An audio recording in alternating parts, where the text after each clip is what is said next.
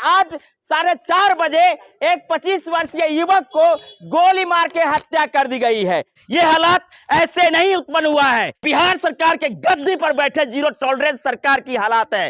नीतीश बाबू के सरकार में अपराधों का जो ग्राफ है वो किस प्रकार से बढ़ रहा है, इसका अनुमान आपको मधुबनी से ले लेना होगा। जहां मधुबनी में मोहम्मदपुर घटना से शुरुआत होती है, जहां नरसंहार के रूप में मोहम्मदपुर घटना को देखा गया था, वही नरसंहार मधुबनी में फिर से अपना पांव पसारती हुई दिख रही है। गोली मार दिया है, गोली मार के हत्या कर दिया हमारे लड़का को।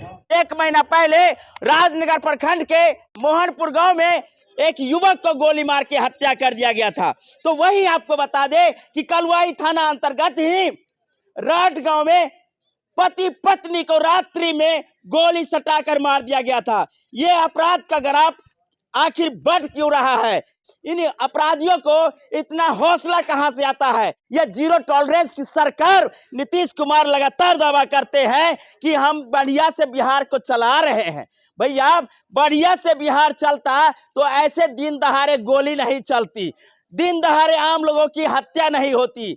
हम आपको बता दें कि मधुबनी जिला के कलुआई थाना अंतर्गत नरार गांव के एक युवक जिनका नाम रितेश चौपाल है, उनको आज 4:30 बजे अपराधी आए हैं और सीधे छलनी गोली से कर दिए हैं। लगातार उनको 4-5 राउंड चला करके उनकी हत्या कर दी गई है और इससे पूरा मधुबनी दहल गया है। आपको बता दें कि परिजन जिस प्रकार से बता रहे हैं कि अपराधी बेखौफ होकर के हमारे बेटा को पुलिया पर बैठे हुए थे, उस समय अपराधी आते हैं और दनादन गोलियां दाग देते हैं और उसके जिस्म में 4-5 गोली अभी भी अटका ही हुआ है। क्या नाम है चाचा? हमारा नाम पूरन चौपाल है। क्या घटना घटा है? गोली मार दिया है, गोली मार के हत्या कर दिया हमारे लड़का को। क्या नाम था उनका? रितेश चौपाल। आपका घर? नरार थान टोल। गोली मारा है, बिहारी का बेटा है। 4 बजे लगा। ये जो गोली चली है, मामला क्या था? मामला पहले से झगड़ा झांटी वैसे चल रहा था। कितने सालों से? लगभग 1.5 साल, लगभग 22 महीना चलती। क्या घटना हुई थी उस समय? उसी घटना पहले हुआ था सर, जो क्या है, एक हॉस्पिटल है, वहीं पर क्रिकेट खेलता है बच्चे सब, तो ये बाइक लगाता था वहाँ और थोड़ा ये पहले गांजा उजा पी लेता था। आपका लड़का? हाँ। तो वो जाता था वहाँ, बैठता था तो उसको बाइक में लग गया। हाँ, बाइक में थोड़ा वो फाइबर का था, वो तो क्रैक कर गया टंकी पर। तो क्या किया, तो क्रीच होता है ना, उसको क्रीच को जोतवा दिया। कौन जोतवा दिया? हमारे लड़का। अच्छा। जो नहीं यहाँ खेलबे नहीं करेगा, हाँ, क्रिकेट नहीं खेलेगा। तो रात में वो पंचायती बैठाया लोग सब, उसका बाप सब फन्ना चिना वैसे नहीं होता है, जैसे उसका गार्जियन। तो पंचायती में क्या हुआ था, मारने का प्लान था, मर्डर का प्लान था पहले से। अच्छा। लेकिन क्या हुआ था, हम मारपीट जब होने लगा तो हमारे बेटा क्या वहाँ से भाग गया, घर गया वाला हुआ 50 आदमी, 50 तो लड़का। और क्या हुआ तो उसको गोली चलाते थे पहले भी उसी रात। फिर क्या हुआ, हमारे गेट का शीशा उसा तोड़ा, उसको हाथ डैमेज हुआ, क्या कहता है, यहाँ भी लग गया। जब शीशा उड़ा ना, जब मारा कोई लोहे का क्या नाम है डंडे से, तो उस यहाँ लगा, तो केस बना दिया, वो 307 बना दिया। तो उसको मामले में केस में लगा। चाचा सीधा बताइए, आज की घटना का मुख्य कारण क्या रहा है? देखिए, वो पहले से प्लान बना रहा था, वो जब गोली मारेंगे उसको, हमारे बचवा को, ये पिछलका रंजिश को लेकर के। हाँ, तो वहाँ गोली चला, जब वहाँ आज को टाइम हम तो चला गया था दूसरे जगह, हम ड्राइवरी करते हैं।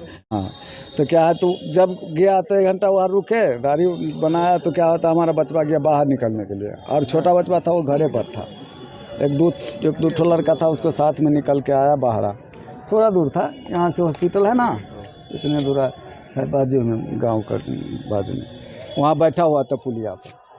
और क्या हुआ, उसका बिहारी का मंडल रुपेश नाम का था, और आदमी था उसके साथ। आदमी था लगभग? उसके आदमी 3-4 आदमी थे। अच्छा, मैं उस समय आपके लड़का अकेले थे या अकेला था, दो ठग लड़का और था हमारे साथ में, वो अच्छा। उसके साथ में बैठा। जख्मी हुए हैं क्या? हाँ नहीं जख्मी, इसी को प्लान बना हुआ था मर्डर करने मारने का का, ना, सिर्फ इसी इसी का पे प्लान। ताबतुर के गोली जी, मारा गया। हाँ। मर वहीं गए कि रास्ते में कोई हॉस्पिटल आने वक्त मरे हैं?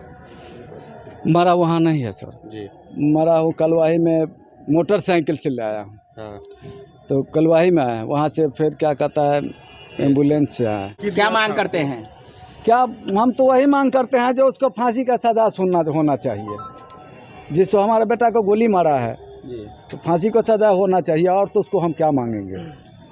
अच्छा, बार-बार मारने का प्लान था जो आपके जी हाँ, बेटा तो को, जी। इसके बारे में आपने कभी पुलिस को शिकायत दिया? लिखित पुलिस को शिकायत दिए हैं, 2 बार गोली भी चलाया है, हमारे जाफरी उपरी तोड़ दिया है, बेटी रोटी किया है, घर पर भी गोली भी चलाया। पुलिस ने कोई कार्रवाई? पुलिस कोई एफआईआर नहीं, कोनो एक्शन नहीं लिया है सर। कलवाही थाना में ही किया था शिकायत? जी, फोन किया रात को टाइम, यही टाइम था जब हमारा घटना हुआ था, कुछ दिन पहले का बात मैं बता रहा हूँ। फिर भी कितना दिन पहले हुआ? 6-7 महीना हो गया, पुलिस आई ही नहीं? आया नहीं सर। अच्छा, कितना लड़का है आपके पास? हमारे लड़का 2 बड़ा था ये? बड़ा था।